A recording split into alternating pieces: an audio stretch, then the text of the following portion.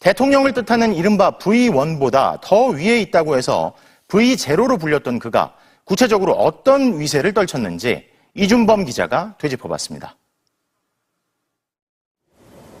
특검이 나오라고 한 시간보다 10분 넘게 지각 출석한 피의자 김건희는 자신을 아무것도 아닌 사람이라고 했습니다. 국민 여러분께 저같이 아무것도 아닌 사람이 이렇게 심려를 끼쳐서 진심으로 죄송합니다. 하지만 김건희 씨는 대선 과정에선 자신이 러닝메이트인 것처럼 내가 정권 잡은 거기는 완전히 완전히 무사하지 못할 거야 아마. 윤석열 전 대통령 당선 뒤엔 대통령 부인이 아니라 대통령으로 착각하는 듯한 인식을 드러내왔습니다. 좀 적극적으로 저는 그 남북 문제 제가 좀 나서주는 게요. 정말로. 그렇게 하세요. 네, 네. 그래야 되고 남동을 해야 되고 그래서.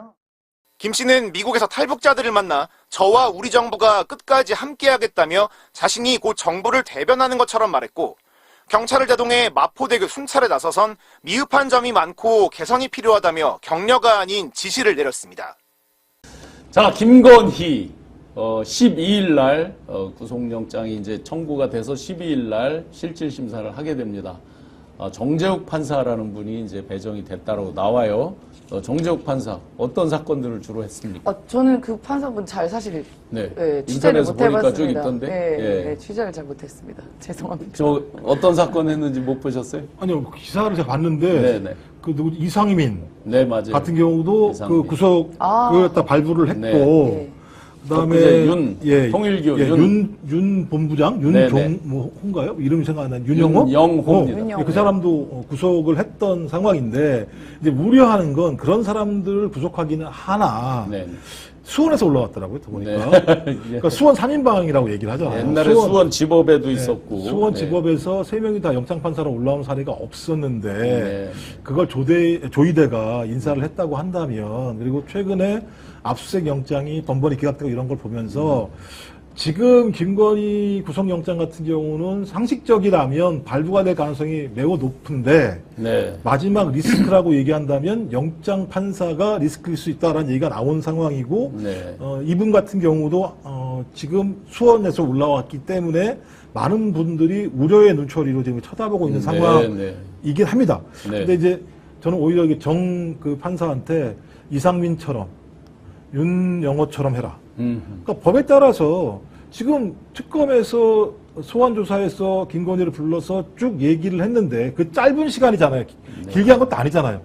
근데 다 거짓말이라는 게 밝혀졌잖아요. 네. 어제 저녁부터 오늘 뉴스 나오는 걸 보면. 그러면 현장에 가서도 계속 거짓 진술을 한다는 건 증거를 인멸하려고 하는 거잖아요. 네. 특검 가서도 거짓말을 했는데 밖에 나와서는 얼마나 더 하겠습니까? 그렇죠. 그런 상황이라면 당연히 구속영장을 발부해야 되는 게 맞다라는 네. 생각이 들어서 저는 그냥 상식적인 걸 믿지 않겠다. 여전히 정 판사에 대해서는 우려의 눈초리, 감시의 눈초리를 쳐다봐서 수요일날 새벽도 나올 가능성이 높을 텐데 수요일 새벽같이 우리 많은 국민들이 그걸 눈을 그럼 잠을 못 주무실 텐데 네. 끝까지 좀 감시했으면 좋겠다 이런 생각을 합니다. 부산 출신이고 경찰대학을 나오고 경찰대학 아마 재학대인지 졸업하고인지 40회, 연수원 30회.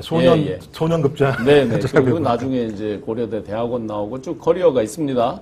그리고 법무구조공단에서 근무하면서 어느 정도 약자들의 이런 그 변호하는 것도 좀 경험이 있다고 합니다. 그 뒤에 이제 나온 판결들을 보면 그래도 굵직한 거, 가장 최근에 이상민 그리고 윤영호를 구속시킨 거, 이 부분이 이제 부각이 되는 건데 그 앞에 지금 우려했듯이 이제 수원에서 같이 오면서 또 어떤 것들은 완전히 기각을 한 거, 경제사범권에서 기각을 한 것들이 있어요.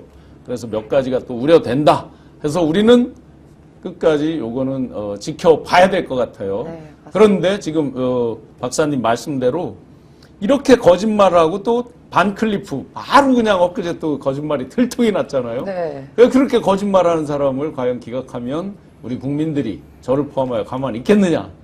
이제 이 부분으로 우리는 강력한 국민적인 압박을 해야 될 것 같습니다. 당연하죠. 그리고 받은 글 이런 것에만 봐도 김건희 씨가 들어가서 거짓말을 너무 많이 했다고 그래요. 그래서 네. 특검에서는 구속을 시킬 만한 확실한 질문만 했고 김건희는 너무나 확실한 거짓말, 예를 들어 반클리프 아펠 같은 것도 네. 그런 거짓말만 해서 특검에서 속으로는 굉장히 웃었다는 그런 얘기가 있거든요. 그래서 이번에 당연히 뭐 수원 3인방 나중에 만약에 안 되면 이 사람들 피해서라도 해야죠. 어떡하겠습니까? 네, 네. 예, 구속이 돼야 되는 것이고 이 거짓말이야말로 정확한 증거인멸 사유 아니겠어요? 다 부인하고 거짓말하는 게? 최인 의원님 보시기에 네. 김건희 씨 10일날 구속 영장 네. 실질심사 하게 되면 영장이 발부되겠습니까? 뭐 어떻겠습니까? 저는 뭐 거의 99% 이상 구속될 거라 봅니다. 아, 예, 그 조사 때 도이치 주가 조작 물었고요. 또 명태균 물었고 그 건진법사 물었지 않습니까? 그런데 이게 이제 비교적 범죄 혐의가 아주 명확한 것들을 중심으로 그렇죠, 물었단 말이죠. 그렇죠.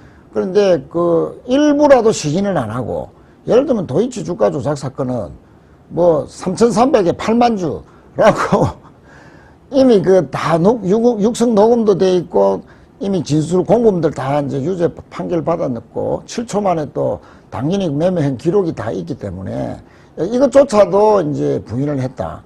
이것은 모든 혐의 자체를 부인한 것은 증거인멸의 시도가 앞으로 있을 가능성이 매우 높다라고 판단할 것 아닙니까? 그런 측면에서라도 오히려 저는 부분적으로 시인했으면 98%까지 떨어질 수도 있는데 모든 것을 다 부인했다고 하니 100% 저는 구속이 확실시 된다. 네. 그렇게 봐집니다. 그렇군요. 조금 이제 논쟁적인 주제로 좀 가보겠습니다. 김건희 이제 오늘 내일 중에 구속될 거지 않습니까? 네. 그러면 이 사람도 예우를 특별하게 받습니까? 전직 대통령 배우자로서 네. 뭐 예우를 받는다는 게 뭐 예를 들어서 독방에 간다든지 네. 또 독방의 크기가 지금처럼 뭐 네. 2.02평이다 뭐 6.6제곱미터다 이렇게 간다든지 거기도 뭐 바깥에서 경호원이 대기를 하고 있다고 필요할 경우에 서비스를 뭐 한다 만다 이거 지금 어떻게 지금 예상하시죠? 그렇게까지는 못하겠죠. 독방에 들어가는 거는 뭐 그럴 수 있겠는데 네.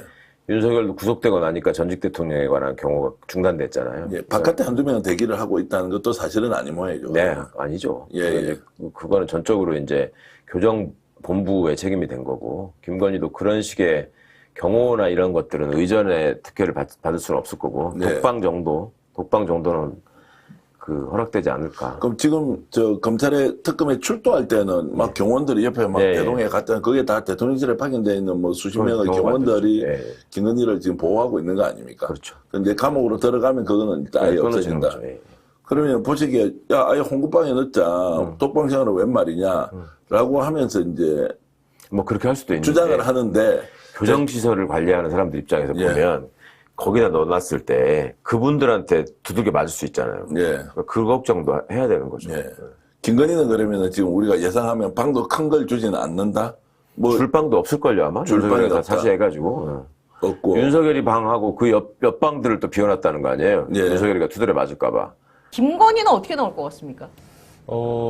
김건희도 이번에 지난번 윤석열도 특검 조사에 나왔잖아요. 예. 이게 막 지지자들도 있었고. 네. 김건희도 어제 이제 나온 거 보면 옆에 경호원도 있고 달고 나오는 네. 거예요. 근데 막상 구속이 되고 난 다음엔 윤석열처럼 할 가능성이 다분하다. 아 진짜 김건희 또한 김건희도. 아니 뭐 그러니까 저렇게 이제 뭐 예. 속옷 진상처럼 예. 저 정도까지는 아니겠지만 예. 여러 가지 뭐 진단서 끊어놓고 몸이 좋다 안 좋다부터 시작을 해서 네. 여러 가지 방해 전략을 쓸 수 있다고 우려하더라고요. 아플 예정이다라는 그렇죠. 얘기는 한간에 많이 돌더라고요. 그렇죠. 김건희가. 예. 지금 이제 아산병원 다니면서 빌드업 해놨잖아요. 그렇죠. 예, 몇 차례. 예.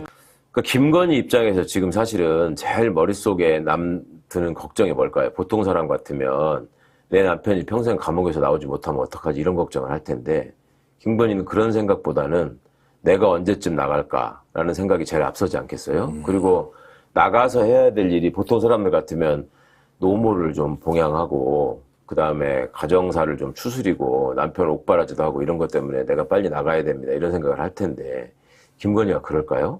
빨리 나가서 돈 관리해야 되고 돈 챙겨야 되는데 그 생각을 하지 않을까요? 그런 점에서 보자면 김건희는 윤석열보다 나가야 된다. 나가고자 하는 욕망이 훨씬 클 수밖에 없을 거예요. 왜냐하면 쌓아놓은 돈이 있으니까. 그리고 그 돈을 알고 있는 어느 정도 들여다보고 있는 자기 엄마나 오빠를 믿을 수 없을 거기 때문에 김건희 입장에서 볼 때. 그러니까 그런 점에 포커싱을 하고 내가 나가려면 그래도 협조하는 모습을 보여가지고 좀 불쌍하게 보이는 게 좀 더 유리할 수도 있겠다. 그런 판단이 들면 나갈 수도 있겠죠. 네. 근데 이자들의 수준이나 성정으로 봐서는 그냥 우리가 어차피 중형 받을 거면은 피해자, 최대한 순교자 이런 모습으로 보여가지고 그 극우 세력이 목소리를 키우는 쪽으로, 그래서 우리를 구원해주는 쪽으로 기대해보자. 그게 더 현재로서는 그런 판단이 더 앞서지 않을까. 네. 그럼 특검 안에서 그 많은 사건들 하나하나가 굉장히 중요하지 않습니까? 그렇습니다. 다 수사해내기는 하겠습니까? 야, 그러니까 사실은 세계 특검 중에 내란 특검, 최상병 특검은 시간이 충분하다고 저는 봅니다. 네. 그러나 김건희 특검은 굉장히 시간이 부족합니다. 그러면 다 못하면 또 끝나는 게 아니고 다시 중앙지검으로 넘겨서 이제 그때는 중앙지검이 그때는 아니겠죠. 이제 중수청, 중앙수사청, 그다음에 뭐 필요하면 공수처가 또 할 수 있는 것도 있을 테니까요. 뭐 장관이라든가 이런 또 대통령 전 영부인 이런 거는 또 공수처의 수사 대상이기 때문에 해서 계속 수사를 이어가야 되겠죠. 김건희 만약 지금 나와 있는 이 사건들이 의혹이 증명이 되어서 자 기소가 되었다면 구속은 당연한 거고요. 그러면서 재판을 받으면 최종 형량은 어느 정도 나올 것 같습니까? 정말 가늠하기 힘듭니다. 거의 30년 이상은 나와야 되지 않을까요? 30 이상 나온다. 지금 이 의혹이 확인된다면. 예. 사실 주가 조작 하나만 해도 보통 10년 이상 뭐 거의 15년 이렇게 나오거든요. 네. 근데 저는 삼부토건건만 도이치모터스는 사실은 금액은 크지는 않습니다. 주가 조작에. 그래도 20매덕이면 예, 그게 일반적인 예. 주가 조작에 비하면 예. 규모는 작아요. 예. 그런데 삼부토건은 엄청납니다. 예. 개미 투자자들의 그 삼부토건이 상장 폐지됐어요. 예.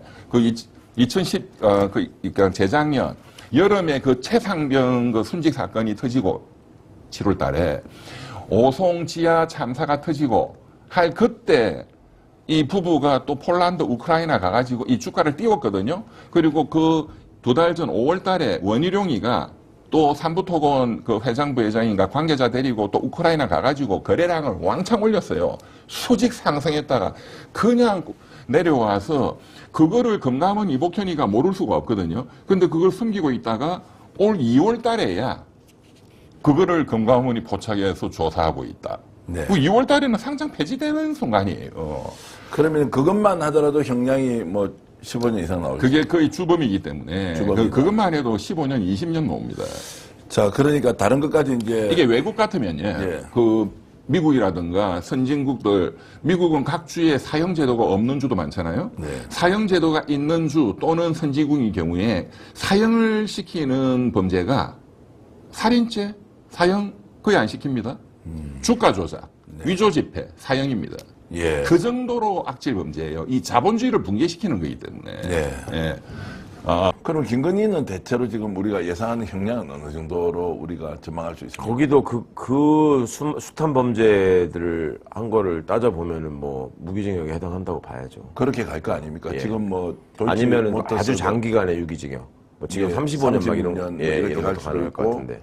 그리고 삼부토건 주가 조작 같은 경우에는 이미 뭐 주가 조작을 통해서 얻은 불법적 이득이 뭐 1,000억이 될 수도 있다라고 하니까 50억 이상이면 5년 이상 무기징역이더라고요. 예, 예. 자, 그렇게 보면 그걸 또 범죄 수익으로 되면은 다 환수하거든요. 예. 네. 그것까지 된다면 자, 이제 그렇게 보면 자 그럼 두 사람이 만약에 내란 사건의 공범이다라고 하는 것을 전제로 보면 예. 윤석열과 김건희 중에서 형량을 다 합치면 누가 더 많아집니까? 아니 그 뭐 무기나 사형 같은 경우는 합치고 말고 할 문제가 없기 때문에 추징금은 김건희가 훨씬 많겠죠. 글쎄요. 예전에 저기 권력자들이 몰락하는 과정에서 있다 보면 저는 떠오르는 게 노태우 씨가 동생의 노재우 씨라고 있었잖아요. 네, 예. 거기다가 비자금 맡겨놨었잖아요. 근데 그거 다 동생이 닦아 먹어가지고 형제간에 소송했잖아요.